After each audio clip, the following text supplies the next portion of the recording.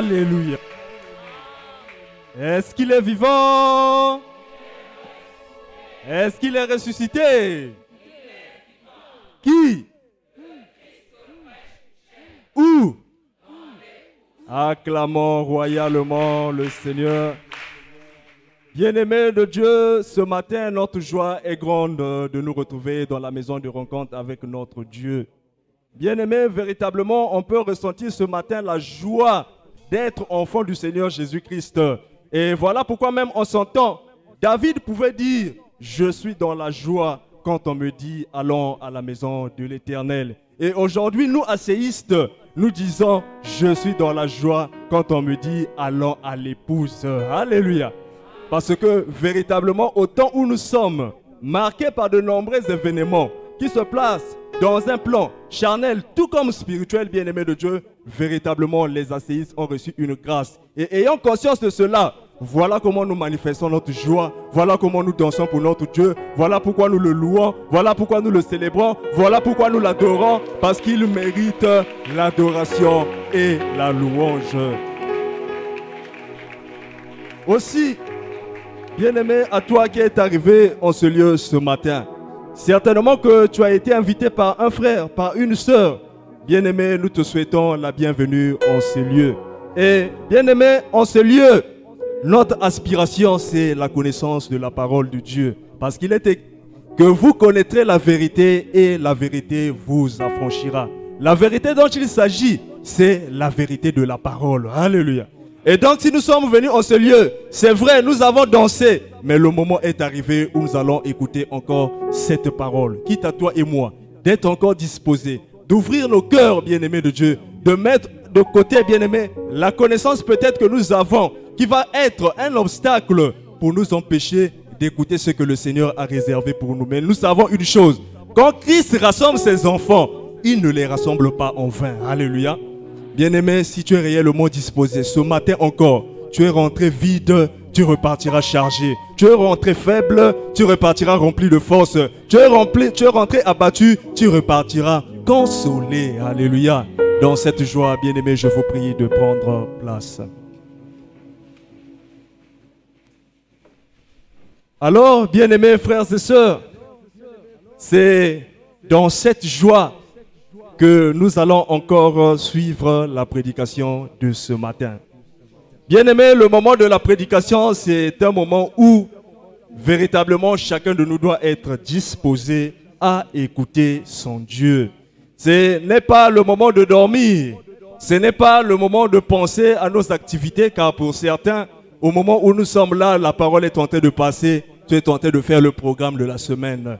Demain, je me réveillerai, j'irai déposer les enfants, j'irai au marché, je ferai ceci, alors que c'est le moment où le Seigneur est en train de te parler. Alléluia. Et c'est pour dire que, bien-aimé, tu dois véritablement être là en esprit, afin que tout ce que le Seigneur te donnera encore ce matin, tu puisses saisir cela. On acclame pour le Seigneur. Alors, bien-aimés frères, aujourd'hui, le monde dans lequel nous vivons est marqué par plusieurs événements. Et lorsque nous voyons ces événements qui sont en train de se dérouler, bien-aimés, nous ne nous posons pas des questions essentielles pour tirer des leçons de tous ces événements-là. Bien-aimés, rien n'arrive au hasard. Tout ce qui se passe aujourd'hui, bien-aimés, lorsque nous rentrons dans une dimension purement spirituelle, nous comprenons qu'en réalité, il y a des forces qui sont derrière toutes ces choses-là. Combien même ces choses se passent dans une dimension charnelle, mais avant que cela ne se manifeste dans une dimension charnelle, dans une dimension spirituelle, bien-aimée, il y a des forces qui agissent. Alléluia. Et c'est ainsi que si nous, enfants du Seigneur Jésus-Christ, nous nous limitons à la chair, nous limitons à ce que, bien-aimés, nos yeux charnels peuvent voir, alors, bien-aimés de Dieu, nous sommes bornés. Et si nous sommes bornés, bien-aimés de Dieu, voilà comment le diable Satan, au travers de ses serviteurs, est en mesure, bien-aimés de Dieu, de nous manipuler. Beaucoup de gens aujourd'hui vivent la malédiction. Beaucoup de gens aujourd'hui sont bloqués, bien-aimés de Dieu, dans leur vie, mais sans qu'ils ne puissent le savoir.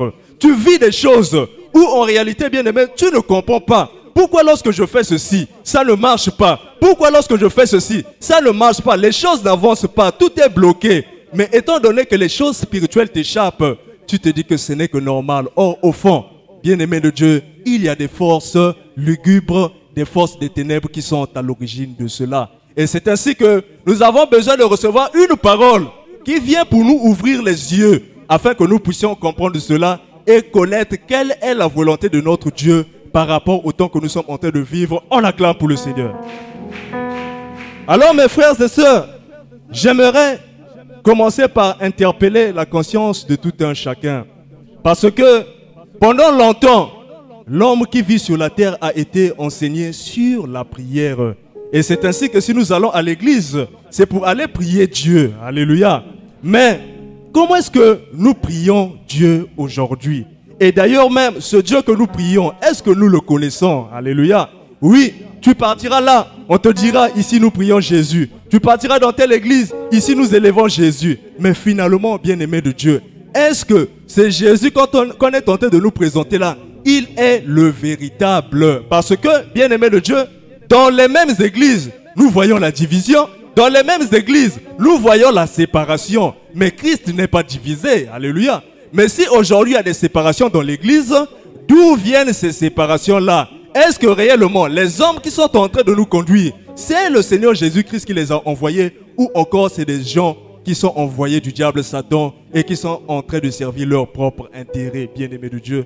Ce sont des questions essentielles que chaque enfant de Dieu se doit, bien-aimé de Dieu, de connaître, de se rassurer, afin qu'une fois que tu te lances dans le chemin de la prière, tu sais que là, mon Dieu est là, je peux marcher jusqu'à la fin, parce que lorsque je partirai, je sais que la plus grande bénédiction, le salut, je l'obtiendrai. Alléluia.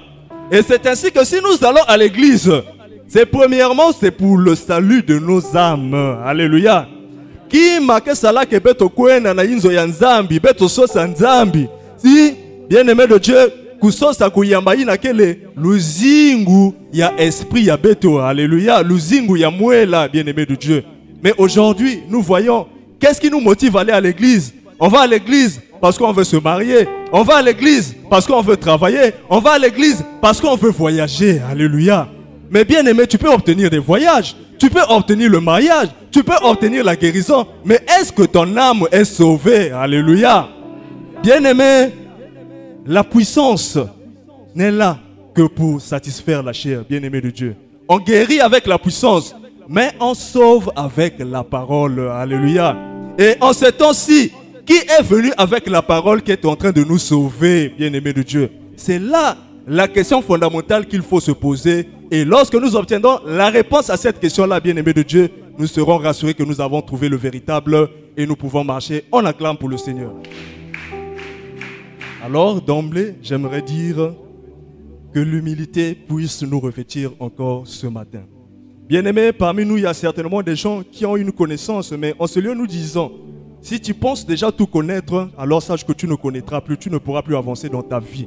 Parce que la vie est une école. Chaque jour, nous apprenons. Ne pense pas que la connaissance que tu as est une connaissance absolue. Si tu penses comme ça, mon frère, tu es dans le faux, tu es limité. Écoute ce que Christ a encore à te communiquer ce matin. On acclame pour le Seigneur.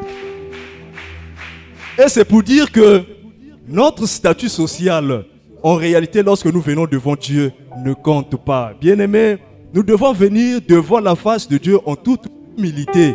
Charnellement, tu peux être élevé, tu peux être un directeur quelque part, tu peux être un homme grand, mais quand tu viens à Dieu, quelle est ton attitude? Devant Dieu, il n'y a point d'acception de personne. C'est pas parce que tu es riche, c'est pas parce que tu es élevé charnellement que Dieu te fera grâce. Cela ne dépend ni de celui qui veut, ni de celui qui court, mais de Dieu seul qui fait miséricorde. On acclame pour le Seigneur. Alors, bien-aimés de Dieu, ce matin, nous allons ensemble comprendre quelle est la volonté de Dieu, le Christ, le Dieu de la lumière, le Dieu véritable, celui-là qu'on appelait en ce temps-là le Dieu d'Abraham, d'Isaac et de Jacob. Alléluia. Par rapport au temps que nous sommes en train de vivre, par rapport aux événements qui sont en train de marquer notre société aujourd'hui, quelle est la volonté de Dieu? Qu'est-ce que le Seigneur a prévu véritablement pour nous sortir de ce que nous vivons aujourd'hui? Parce que, bien aimé, je l'ai dit, beaucoup de gens aujourd'hui sont bloqués. Beaucoup de gens aujourd'hui, les vies ne marchent pas. Nous voulons la bénédiction, bien aimé. Mais quelle est la bénédiction? Comment est-ce que nous l'obtenons? Alléluia. Et c'est ainsi que ce matin encore, ensemble, nous allons chercher à connaître la volonté de Dieu par rapport au temps que nous sommes en train de vivre ici. On acclame pour le Seigneur. Alors, bien-aimé de Dieu, j'ai dit en amont que c'est l'homme qui cherche à prier Dieu. Mais pourquoi l'homme cherche premièrement à prier Dieu? Parce que l'homme est le fruit de la création et de la formation de Dieu. C'est-à-dire, l'homme vient de Dieu. Voilà pourquoi lorsque nous lisons les Écritures, la Bible nous dit que nous avons été faits à l'image et à la ressemblance de Dieu. Et c'est ainsi que l'homme est différent des animaux, l'homme est différent des autres créatures, même des anges, parce que la Bible ne nous dit pas que les anges ont été créés à l'image de Dieu. Et c'est ainsi que l'homme revêt un caractère particulier. L'homme, déjà dès le commencement des choses, a reçu un choix parce que Dieu le forma à son image et à sa ressemblance. Et c'est ainsi que si nous sommes sortis de Dieu, l'homme ne peut pas se séparer de Dieu. Alléluia. Bien-aimé, aujourd'hui tu peux refuser Dieu. Tu peux dire que je ne croirais pas. Mais bien-aimé de Dieu, il y a eu des gens qui ont fait ce défi-là avant toi. Il y a eu des grands savants, il y a eu des grands intellectuels qui ont nié Dieu toute leur vie. Mais bien-aimé de Dieu, au dernier moment, avant qu'ils ne meurent, ils ont fini par confesser. Ils ont fini par reconnaître que véritablement Dieu existe. Alléluia. Et bien-aimé de Dieu, véritablement, si nous croyons que c'est ce Dieu-là qui nous a formés, nous devons donc chercher à connaître ce Dieu afin que nous puissions connaître sa volonté, afin que nous puissions connaître comment est-ce que nous devons marcher avec lui. On acclame pour le Seigneur.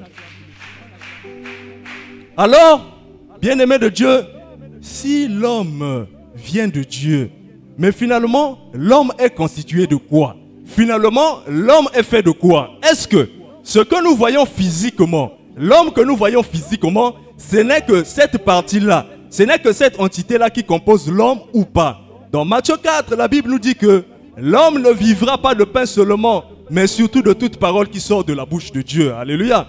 Cette écriture est en train de nous présenter deux nourritures au travers duquel l'homme doit se nourrir.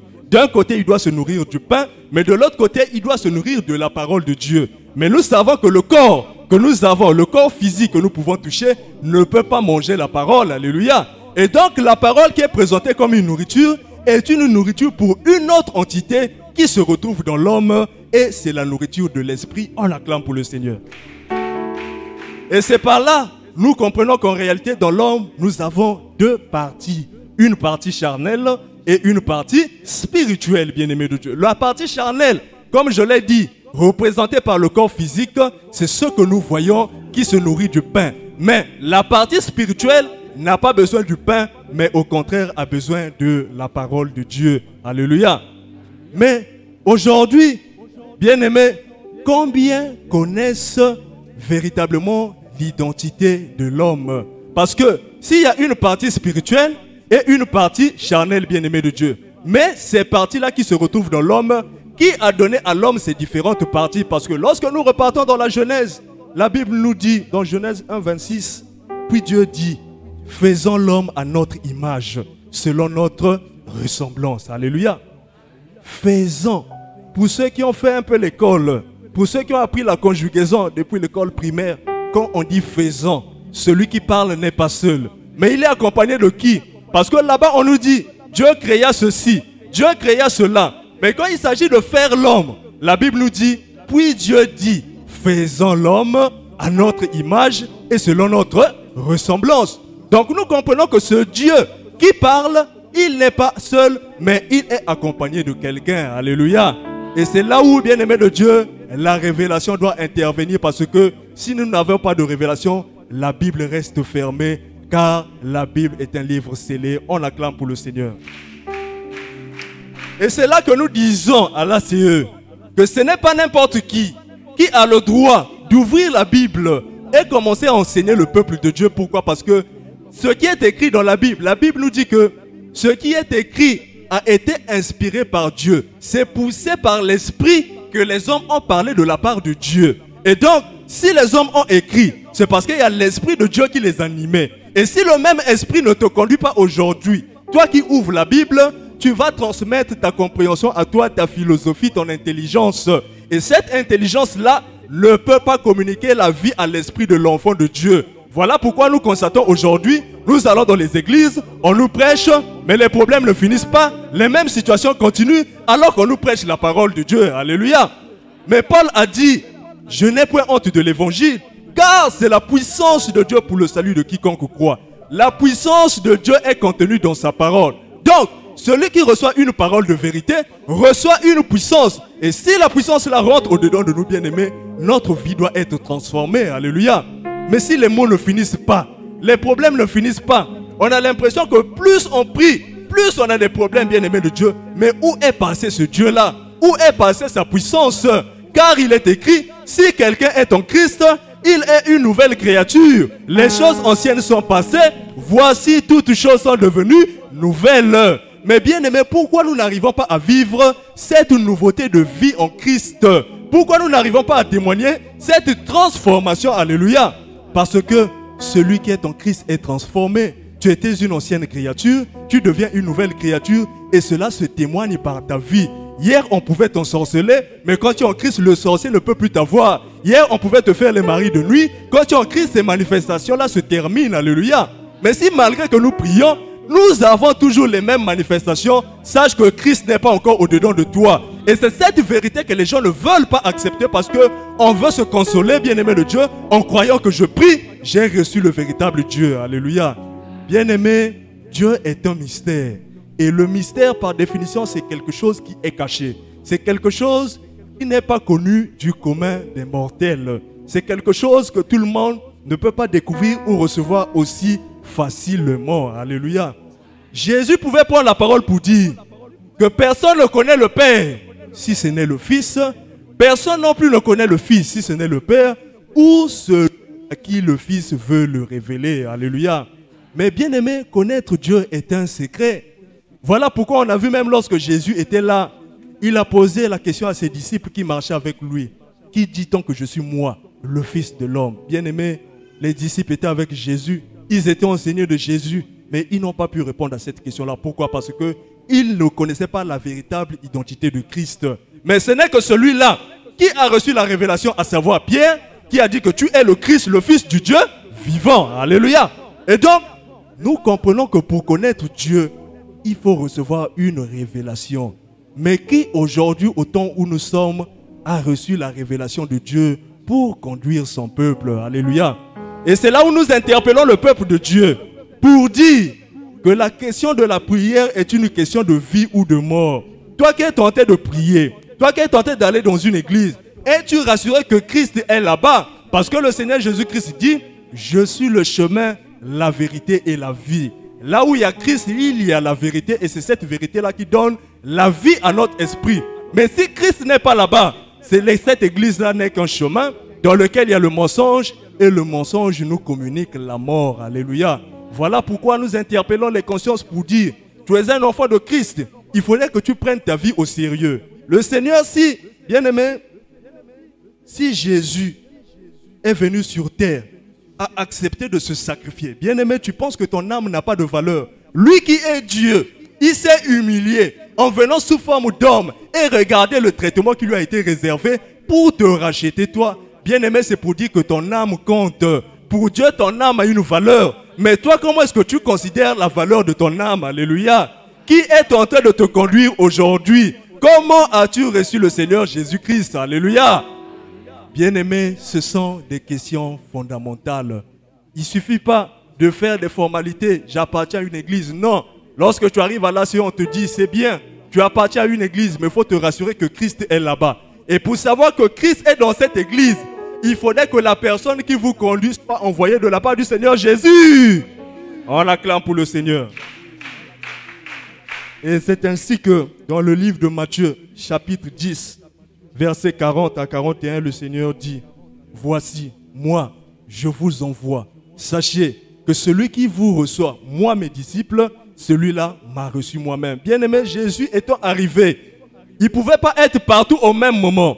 Voilà pourquoi à un certain moment, il confie la mission à ses disciples.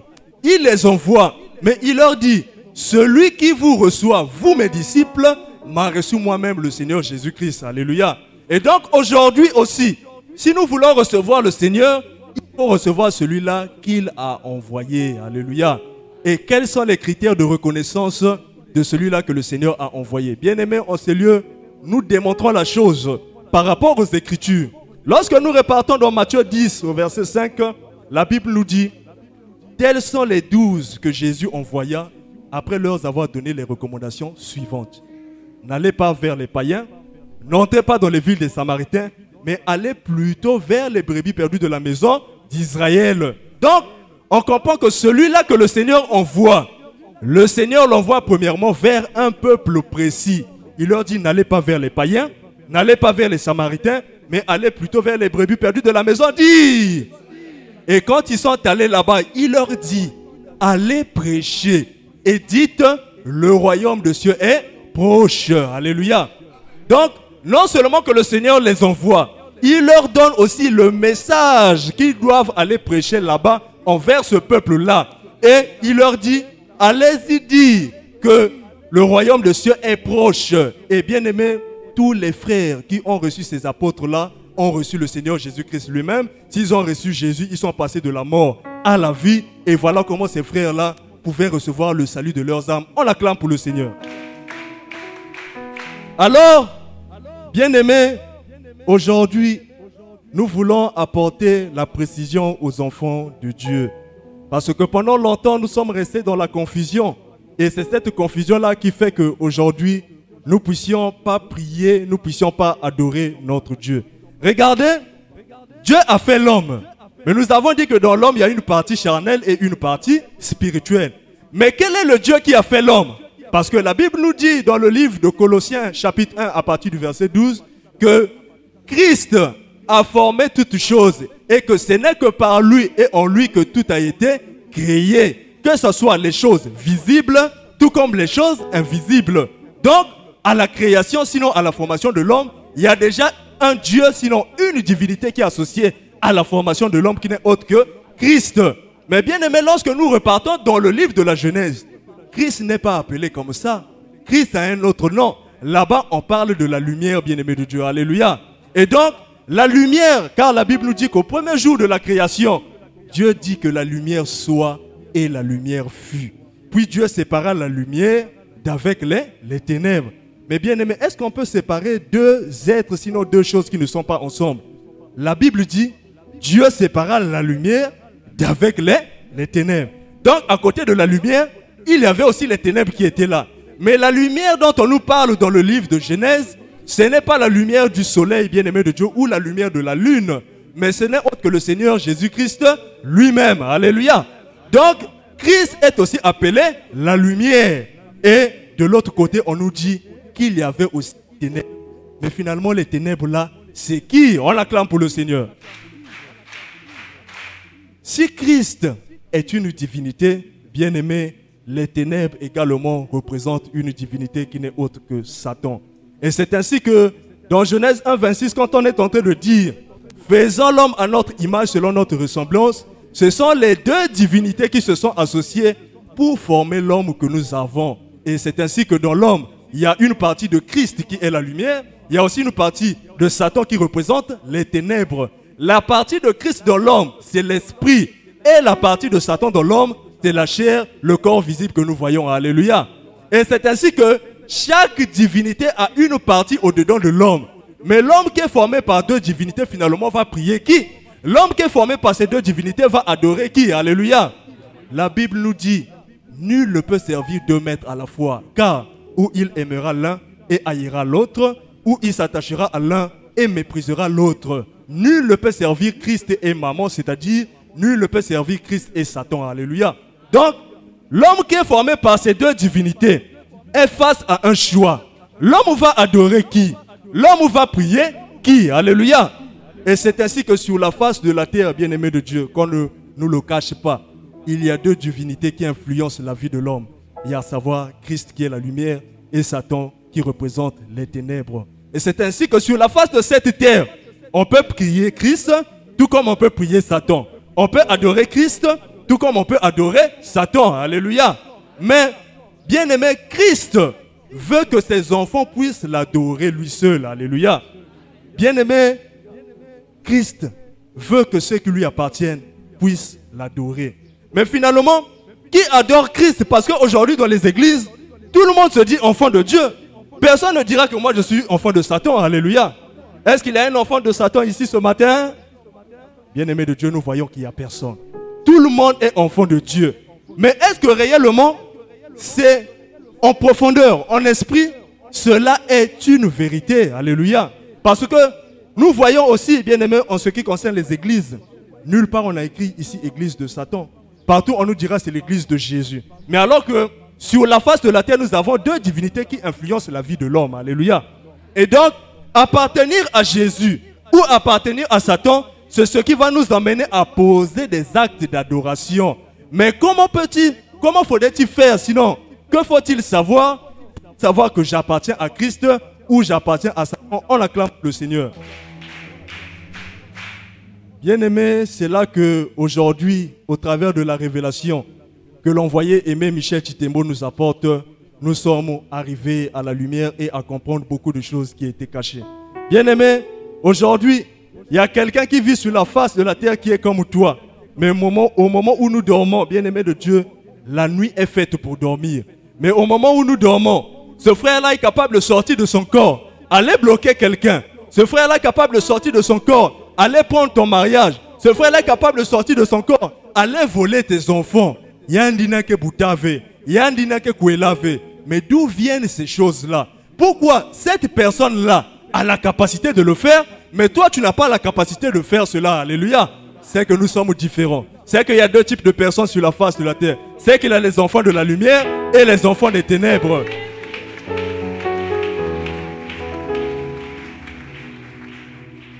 Et c'est là où, bien-aimé de Dieu, appartenir à Christ, tout comme appartenir à Satan, ne dépend pas de toi et moi. Parce que la Bible nous dit que Dieu nous avait élus depuis la fondation du monde. Avant même que tu ne sois né, les divinités avaient déjà fait leur choix. Soit tu appartiens à Christ, soit tu appartiens à Satan. Tu ne peux jamais, l'homme ne peut jamais appartenir au même moment aux deux divinités. Alléluia. Et c'est là où l'homme de Dieu nous apporte la précision. L'appartenance à Christ ou à Satan, c'est en fonction de la semence qui se trouve au-dedans de nous. On acclame pour le Seigneur.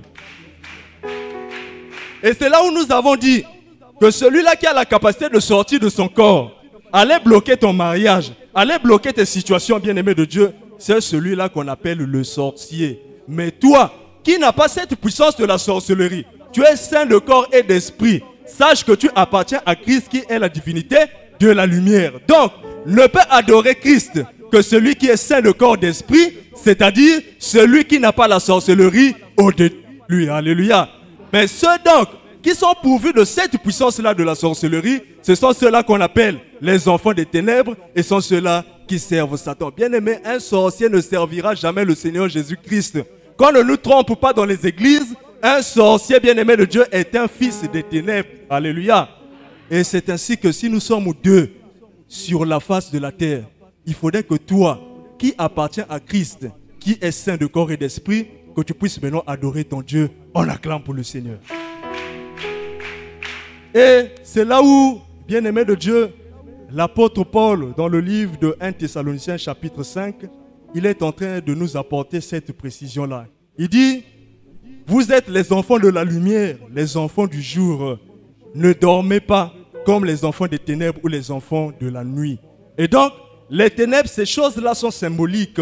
Parce que nous avons dit en amont que la lumière représente une divinité qui est Christ et les ténèbres également représentent une autre divinité qui est Satan. Et que chaque enfant, selon qu'il appartient à Christ ou qu'il appartient à Satan, doit maintenant adorer son Dieu. Or, sur la face de la terre, le diable, Satan, veut que tous ceux qui habitent la terre puissent l'adorer. Voilà pourquoi nous avons vu dans la tentation du désert, le diable Satan qui s'approcha de Jésus et lui dit, si tu es fils de Dieu, fais que ces pierres deviennent du pain. Jésus, c'est là qu'il prit la parole pour dire que l'homme ne vivra pas de pain seulement, mais aussi de paroles qui sont dans la bouche de Dieu. Et puis il l'emmena sur une haute montagne et lui montra, bien-aimé de Dieu, tous les royaumes du monde et leur gloire, les voyages, les mariages, les belles femmes, toutes les choses que nous pouvons avoir sur la face de la terre. Mais le diable Satan dit à Jésus, si tu m'adores moi, je te donnerai toutes ces... Donc, bien-aimé de Dieu, le diable, Satan aussi veut être adoré. Mais pour qu'il soit adoré, bien-aimé de Dieu, il y a des conditions qui sont là. Voilà pourquoi il dit à Jésus, si tu m'adores, je te donnerai toutes ces choses-là, bien-aimé de Dieu. Mais Jésus prit la parole pour dire, arrière de moi, Satan, car on adorera seul l'éternel Dieu. On acclame pour le Seigneur. Alors, bien-aimé, aujourd'hui nous constatons dans les églises, l'évangile qui nous est prêché est devenu l'évangile du matériel. Je disais en amont qu'aujourd'hui, on prie pour les voyages. Aujourd'hui, on prie pour les enfants. Aujourd'hui, on prie pour les mariages. On prie même pour les voitures, bien-aimés de Dieu. On prie pour toutes ces choses-là. Mais le diable, Satan, a dit, si tu m'adores, je te donnerai toutes ces choses-là. Donc, celui qui va à l'église pour demander le mariage, pour demander le voyage, pour demander aux enfants qui sont des choses purement charnelles, le diable, Satan, a dit, ces choses-là m'appartiennent. Toutefois que nous irons à l'église pour demander ces choses-là, nous allons adorer le diable, Satan, alléluia. Et c'est ce que nous ne comprenons pas aujourd'hui, bien-aimés de Dieu. La Bible nous dit, c'est le Seigneur qui dit, cherchez premièrement le royaume et la justice de... Le reste vous sera donné par-dessus tout. Le reste dont le Seigneur parle, le mariage est à l'intérieur, les enfants sont à l'intérieur, le voyage est à l'intérieur. Voilà pourquoi l'enfant de Jésus-Christ ne demande pas ces choses-là. Si tu es dans une église où on est tenté de t'enseigner, de demander, de prier pour ces choses-là, sache que vous êtes en train d'adorer le diable Satan, vous n'adorez pas le Seigneur Jésus-Christ. Alléluia. Et c'est ce qui blesse. Pourquoi? Parce qu'on veut satisfaire la chair, bien-aimé de Dieu. Et c'est là où nous revenons à la source des enseignements. Bien-aimés, où nous voulons avoir le salut, où nous voulons avoir la mort. Mais si c'est la vie que nous choisissons, nous devons suivre le Seigneur Jésus-Christ. Et Christ, c'est sa parole. Et si sa parole dit que nous n'avons pas besoin de demander ces choses, nous devons véritablement respecter cela. Parce que si nous ne le faisons pas, nous adorons Satan et le diable Satan nous donnera la mort. On l'acclame pour le Seigneur. Et, bien-aimés, je vais chuter en disant qu'aujourd'hui, les événements que nous sommes en train de vivre, les voix sont en train de se lever partout pour dire que le christianisme ne marche plus. Aujourd'hui, Dieu n'est plus dans l'église. Aujourd'hui, nous devons repartir à l'adoration des dieux de nos ancêtres. Bien-aimés de Dieu, si les gens se sont mis debout pour dire cela, c'est qu'ils ont constaté quelque chose. C'est qu'ils ont constaté qu'il y a quelque chose qui ne va pas. Alléluia. On voit aujourd'hui les pasteurs qui parfois même lors des débats télévisés se battent entre eux. Des églises qui se divisent. Mais finalement, qu'est-ce qui ne va pas avec l'église aujourd'hui? Alléluia. Et donc toutes ces personnes qui se mettent debout pour dire que Dieu n'est plus dans l'église ont finalement raison. Toutes ces personnes qui sont en train de nous inviter à repartir à l'adoration des dieux de nos ancêtres, finalement, ils ont raison, bien-aimés de Dieu. Mais nous, enfants du Seigneur Jésus-Christ, comment est-ce que nous comprenons cela? Alléluia. Et c'est ainsi qu'aujourd'hui, nous avons reçu un homme, Aimé Michel Chitembo, qui est notre libérateur, qui est notre consolateur, qui est notre défenseur, qui est notre moissonneur, qui est en train de nous conduire dans toute la vérité.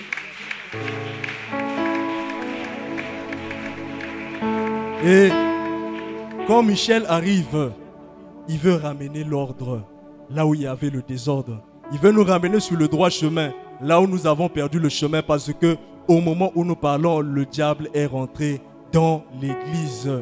Bien-aimé, aujourd'hui, je suis désolé de te le dire.